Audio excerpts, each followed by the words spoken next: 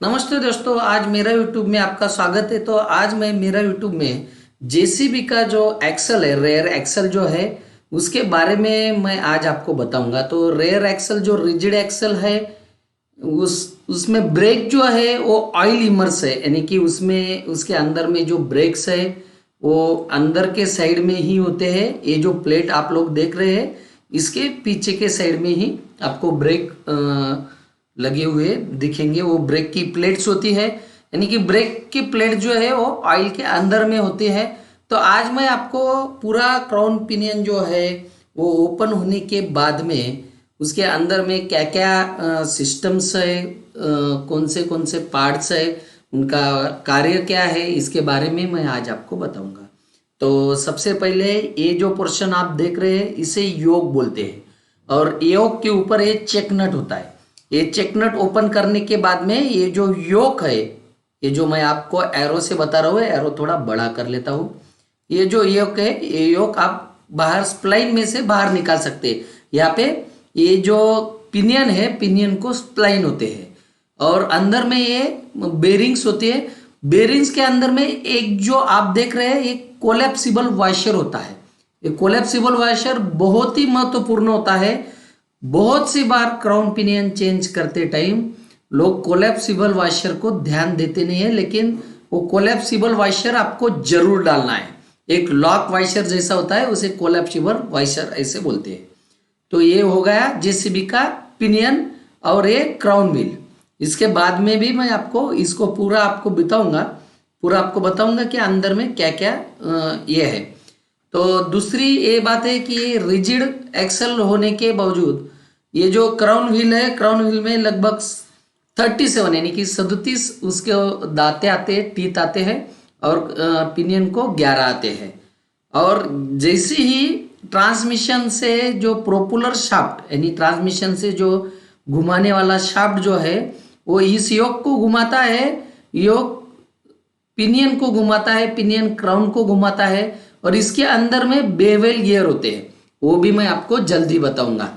तो bevel gear जो होते हैं, बेवल गियर का काम ये होता है, जो भी कोई मशीन टर्निंग लेता है, यानी कि जब कोई भी जेसीबी हो या कोई भी वाहन हो, जब वो टर्निंग लेता है तो एक चक्का जो होता है वो ज्यादा घूमता है और एक चक्का कम घूमता है। तो उनको मेंटेन करके रखने के लिए उसके अंदर में बेवल गियर्स होते हैं। तो जनरली ये जो आप देख रहे हैं, ये क्राउन व्हील जो है ये चेंज किया जाता है बहुत से बार। इसे स्वराज ट्रैक्टर का भी पहले इसमें क्राउन व्हील आता था, लेकिन आपको वो प्रॉपरली चेक कर लेना है और बाद में ही डालना है, और जिनेन पार्ट ही यूज करना सबसे अच्छा होता है। इसमें लगभग 20 लीटर या 22 लीटर के लगभग ऑयल बैठता है। आप लोग इसमें गियर ऑयल 80-90 नंबर का जो ऑयल आ रहा है, ये ऑयल डाल सकते हैं, या डायरेक्टली गियर ऑयल 90 नंबर भी आप लोग डाल सकते हैं। लेकिन कंपनी का रेयर एक्सल का एक स्पेशल एक ऑयल भी आता है, तो वो भी लोग आप डाल सकते हैं। वो भी एक बढ़िया ऑयल होता है। और जो कोई भी कंपनी उसका ऑयल बनाते हैं, तो वो स्पेशल ऑयल जो होता है, तो हम लोग जो डालते हैं, जैसे इसके ऊपर ये 80-90 डाल देंगे, 90 डाल देंगे, लेकिन कंपनी का ही ऑयल यूज करना बहुत ही अच्छा रहता है, क्योंकि वो पार्ट्स के हिसाब से उसका R&D हुआ होता है, और उसी हिसाब से मशीन का लाइफ बढ़ता है। तो उसके लिए आपको वो जरूर डालना चाहिए।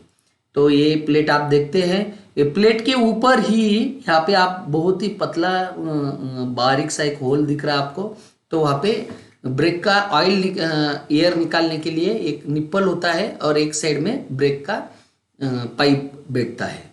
तो ये हो गया। अभी हम लोग आपको ये जो डिफरेंशियल हाउसिंग है, इसे डिफरेंशियल हाउसिंग बोलते हैं।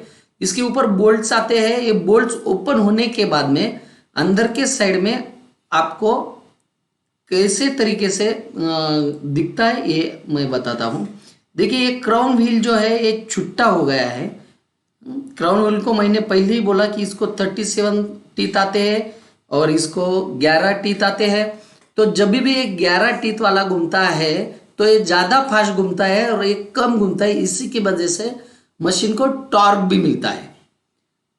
तो इसे हम लोग कई लोग क्राउन पिनियन बोलते हैं, कई लोग फाइनल ड्राइव बोलते हैं, कई लोग इसे रेयर एक्सल बोलते हैं, लेकिन ये तो आखिरी में फाइनल ड्राइव हो गया है, क्योंकि फाइनल में इसके बाद में ही आपको टायर को यानी कि एंडिंग पोजीशन में आपको ड्राइव देना है। तो ये जो छोटे 4 गियर आप लोग देख सकते हैं, 1 2 3 और 4, ये बेवल गियर, और बेवल गियर घुमाने के लिए ऊपर से 2 बड़े गियर्स होते हैं। तो ये गियर्स घूमने के बाद में बेवल गियर्स घूमते हैं, और बेवल गियर्स मैंने आपको पहले बोला कि टर्निंग में काम आते हैं। बहुत से बार बहुत मशीनिंग जो बड़ी गाड़ी होती है उनका क्राउन पिनियन जो होता है वो बहुत जल्दी जाता है, लेकिन जेसीबी का क्राउन पिनियन बहुत ही कम जाता है। उसकी वजह यह है कि उसको छोटा भी गियर बॉक्स अगर है, यानी कि 4 से 7 के लगभग का क्राउन पिनियन है, सॉरी, तो इतना छोटा 4 से 7 का जो क्राउन पिनियन आता है वो भी इसमें बहुत से बार मैच हो जाता है। वो भी आप चेक कर ले सकते हैं, उसके टीथ, उसका रेडियस, वो सब चेक करके आप वो भी डाल सकते हैं क्राउन पिनियन। लेकिन इसमें मेन बात ये है कि इसको प्लेनेटरी गियर हब दिया है बाद में, इसी के लिए इसकी पावर बहुत ज़्यादा है। जो इसमें टॉर्क जो है वो बहुत ज़्यादा है, ऑयल इमर्स ब्रेक है, सब कुछ आधुनिक सिस्टम्स इसमें लगा हुआ है मशीनरी के हिसाब से। तो ये आप देखते हैं बेवल गियर्स हर गाड़ी में होते हैं।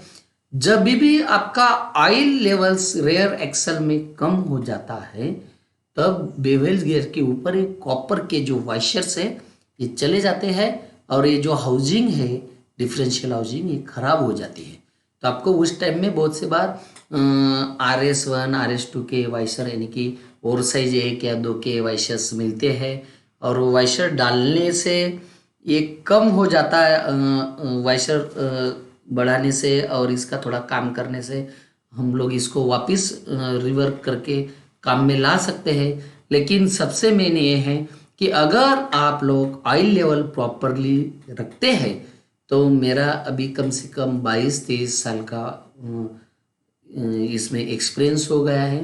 प्रॉपरली अगर आप रेयर एक्सल का ऑयल चेंज करते, मैं बार बार कह रहा हूँ, तो आपका क्राउन पिनियन कभी भी जल्दी खराब होता नहीं है, सबसे मेन। और ऑयल लीकेज अगर एक्सल में से अगर कहीं से भी ऑयल अगर लीकेज हो, चाहे वो हब की ओरिंग में से हो, ऑयल सील में से हो, तो उसे तुरंत बंद करवा देना, क्योंकि वो बंद करवाने से ये जो आपके ओरिजिनल बेवल गियर है, उसके जो वाशर्स है, उसकी सब सेटिंग है, तो कभी नहीं होती है। और मेरे पूरे ज़िंदगी में मैंने आज तक पिनियन टूटे वाला, क्राउन व्हील खराब हुए वाला ज़्यादा देखा नहीं है।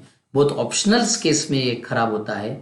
तो आपको आपकी मशीन की अगर निगरानी रखनी है तो प्लीज़ आप ऑयल लेवल्स ज़रूर टाइमली चेंज करिए, तो आपका रेयर एक्सल कभी ख़राब नहीं होगा। इसके बाद में मैं आपको लाइव भी रेयर एक्सल आपको बताऊंगा कि लाइव ओपनिंग कैसा होता है, उसमें क्या क्या ख़राब होता है, उसमें फिटिंग कैसा होता है, ये सब चीज़ें मैं लाऊंगा। तो प्लीज़ मेरा यूट्यूब को आप लोग लाइक और सब्सक्राइब कीजिए और बेल आइकन को दबाइए। Thank you.